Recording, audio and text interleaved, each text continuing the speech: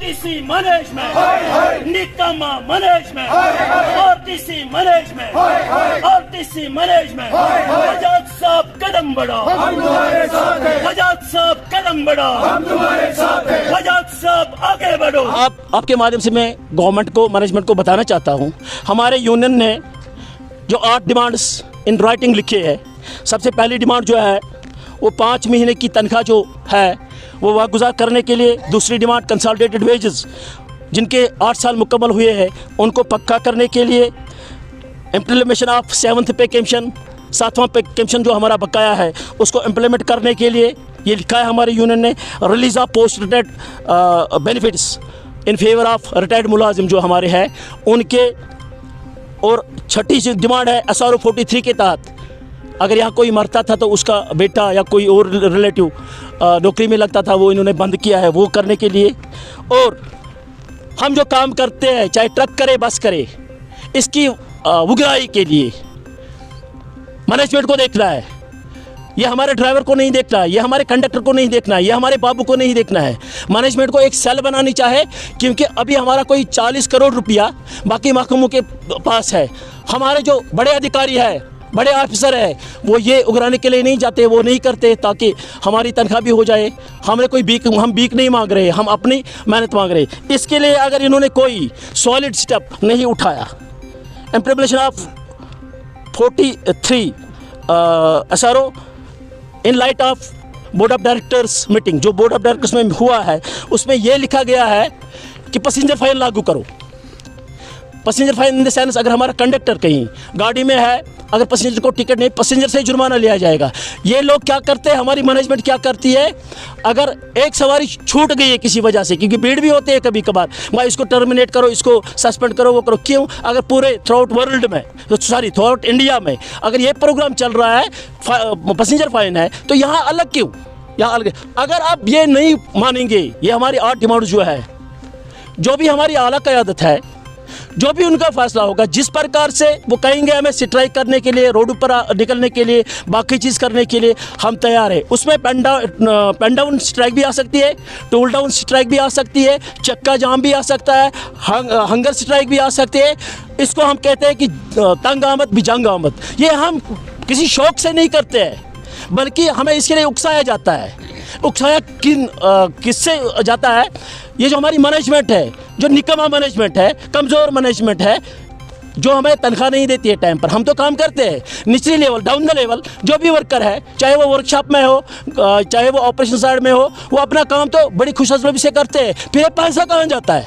जो हम कमाते हैं, जो ट्रक फ्लीट कमाता है, जो बस फ्लीट कमाता है, जो बाकी ज़राया से आता है, तो जाता कहाँ? ये तो मैनेजमेंट को देखना है। ये तो हम छोटे मुलाजिम नहीं देख सकते। हमें आप घर वाले भी कहते हैं, भाई किस महकमे में आप काम करते हो, जब आपको तनख्वाह नहीं मिलती है तो मजबूरी क्या है ड्यूटी करने की। आपके माध्यम से हम वर्दी LG साहब को भी गुजारिश करना चाहते हैं, और MD RTC अंग्रेज सिंह राणा साहब, चीफ सेक्रेटरी साहब AK मेहता साहब, और adviser of transport adviser B Bhatnagar साहब को भी गुजारिश करना चाहते हैं, मेहरबानी करके इसमें इंटरवेन करके हमारे ये मामले मसले सुलझाओ। हम लोग जितने भी हैं, हम भी एक अच्छे घरानों से आते हैं, इज़्ज़तदार घरानों से आते हैं। हमें शौक़ नहीं है कि हम सड़कों पर आए, लेकिन अगर आप मजबूर करेंगे फिर हमें पुरानी तारीख दोहरानी पड़ेगी। जो आपको मालूम होगा कि RTC वाले कैसे क्या करते हैं, फिर हम कोई परेशान नहीं हो जाएगा, हम कोई डर नहीं खाएंगे हमें ये किया जाए, हमें ट्रांसफ़र किया जाए, टर्मिनेट किया जाए, बाकी चीज़ किया जाए। हम लोग फिर टर्मिनेशन के लिए भी तैयार है, हम लोग ट्रांसफ़र के लिए भी तैयार है, जो भी गवर्नमेंट का होगा, क्योंकि जो भी मामला आएगा अब उसकी जिम्मेदारी जितनी भी है वो गवर्नमेंट पर आयद है और मैनेजमेंट पर आयद है। अस्सलाम वालेकुम रहमतुल्लाहि व बरकातहू। जनाब, ये जो आज यहाँ प्रोटेस्ट हो रहा है, ये RTC वर्कर्स यूनियन के झंडे तले हो रहा है, जिसकी क़यादत हमारे चेयरमैन साहब वजाहत हुसैन दुरानी साहब कर रहे हैं। मैं आपको अपना तारुफ दूँ, मेरा नाम जी अनवानी है, मैं सूबे कश्मीर का सदर हूँ RTC वर्कर्स यूनियन का। मामले ऐसे हमारे RTC वर्करों को 5 महीने की सैलरी वागुजार नहीं हो रही है, 5 महीने से बगैर तनख्वाह है। जबकि गवर्नमेंट, हमारी मैनेजमेंट लोगों को बड़े सब्ज़ बाग दिखाते हैं, सफ़ेद सफ़ेद गाड़ियाँ, ट्रक हो या बस हो, वो चलाते हैं रोडों पर। हमें ये मालूम नहीं होता है जब घोड़ा फाके में है तो टांगे को रंग करने की क्या ज़रूरत है। पहले घोड़े को कुछ खिलाओ। घोड़ा इन द सेंस हमारे बाबू, हमारे ड्राइवर, हमारे क्लर्क 5 महीनों से तनख्वाह से महरूम है वो। और आप ये समझ सकते हैं, आपकी वसादत से मैं गवर्नमेंट से, अपनी मैनेजमेंट से इल्तिजा करना चाहता हूँ, क्या कितना बेहतर रहता सबसे पहले जितने भी ये लेबर्टीज़ है 5 महीने की तनख्वाह हमारे वर्कर्स की, आरटीसी मुलाजमों की, वो वागुजार की जाए। अभी जो 2019 से हमारे मुलाजिम रिटायर हुए हैं, रिटायरमेंट बेनिफिट्स उनको कुछ भी नहीं मिला है आज तक। कितना बेहतर था, कितना बेहतर था, पहले वो पूरा किया जाए फिर ये गाड़ियाँ आए। हमें कोई एतराज़ नहीं है, अच्छी बात है। अगर फ्लीट बढ़ रहा है तो हमारा काम बढ़ रहा है, हो गया एक बात। और दूसरी बात ये है 56% अभी डिफरेंस है डीए की हमारी, यानी अगर कुल मिला के हम देखेंगे छोटा मुलाजिम जो है 1500 से लेकर 2000 तक उसकी तनख्वाह में कमी है आम मुलाजिम से, स्टेट मुलाजिम से। और अगर बड़ा मुलाजिम हो तो 4-5 हज़ार कम लेता है तनख्वाह। और इतने मीगर वेजेस पर आरटीसी मुलाजिम ड्यूटी कर रहा है और 5 महीने से कोई तनख्वाह वागुजार नहीं हुई। और एक दुख की बात बताऊं, ये आरटीसी मुलाजिम वो कोई नहीं है जिसने जे&के बैंक से लोन नहीं लिया है। आप खुद समझ सकते हो, वहाँ से मीटर चलता है, जब वहाँ किस्त नहीं पहुँची तो प्रॉब्लम होती है।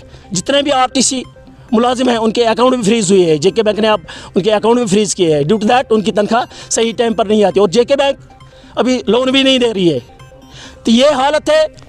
तो इसके बगैर, इसके बावजूद गवर्नमेंट ने तो जो 200 करोड़ रुपया दिए तो गाड़ियाँ तो हमने लाई है, लेकिन कम से कम हमने ये भी देखना है, हमारी मैनेजमेंट को ये भी देखना है, हमारी गवर्नमेंट को ये भी देखना है 5 महीने से कौन गुजारा कर सकता है। अगर हम किसी ब्यूरोक्रेट की बात करेंगे, क्या उसका घर 5 महीने तनख्वाह के बगैर चल सकता है? और यकीन मानिए कुछ लोग अगर हमारे ऐसे हैं जिन्होंने अपना जायदाद बेचकर अपने घर चला रहे हैं। क्या ये कौन सा इंसाफ है? और इसको हम कहते हैं तंग आमद बिजंग आमद। अब ऑल जे&के आरटीसी वर्कर्स यूनियन जो है उन्होंने फैसला लिया है कि कल से ही प्रोटेस्ट शुरू हुए हमारे हर एक यूनिट में। किसी में कल हुए, किसी में आज हो जाएंगे और ये चलता मामला रहेगा तब तक जब तक गवर्नमेंट नहीं मानती है। हम हफ्ता इंतज़ार करेंगे। हमारे कायद ने गवर्नमेंट को भी नोटिस दिए, मैनेजमेंट को भी नोटिस दिए। अगर वो ये मामले तनख्वाह हमारी वागुजार करने में या कोई भी चीज़ नाकाम रहे तो आगे जो भी यूनियन का फैसला होगा उसकी जितनी भी जिम्मेदारी आयद होगी, उसके जितने भी रिजल्ट्स निकले अच्छे बुरे, तो उसकी गवर्नमेंट और हमारी मैनेजमेंट जिम्मेदार होगी। दूसरी बात, हमारे यहाँ कंसोलिडेटेड वेजेस वर्कर, कोई ड्राइवर है, कोई ट्रक फ्लीट में, कोई अपने वर्कशॉप में काम करता है, लगे हुए थे। डायरेक्टर आप बोर्ड ऑफ डायरेक्टर्स मीटिंग जो हो रही है उसमें भी उन्होंने फैसला दे दिया है कि 8 साल तक जो भी काम 8 साल तक जो जितने भी लोग हैं जिनको 8 साल हुए हैं उनको आप रेगुलर करो। लेकिन बदकिस्मती की बात यह है यहाँ 12 साल, 13 साल, 14 साल से भी लोग कंसोलिडेटेड काम करते अभी तक भी पक्के नहीं हो रहे। और ऊपर से एक और परेशानी, अब जो भी लोग आरटीसी के गाड़ियाँ देख रहे हैं सफ़ेद वाइट कलर में जो नए आए हैं गवर्नमेंट ने दिए, उसके लिए गवर्नमेंट अपने मैनेजमेंट की एक पॉलिसी है कि हम आउटसोर्स से लाएंगे। हमें कोई परेशानी नहीं है, कोई मसला नहीं है। आउटसोर्स से उन्होंने ड्राइवर लाए तो अच्छी बात है, लेकिन कम से कम अपने जो पक्के हैं उनके लिए क्या उन्होंने दिखा है, उनके लिए उन्होंने क्या किया है। और 2019 से जितने भी हमारे यहाँ से मुलाजिम रिटायर हुए हैं उनके अभी तक रिटायरमेंट बकायाजात वाजिबुल अदा है, अभी तक उनको नहीं मिले हैं। एटलीस्ट कम से कम वो 50 करोड़ रुपया है। तो मुझे ये बताओ, ये बोझ तले जाती है कारपोरेशन।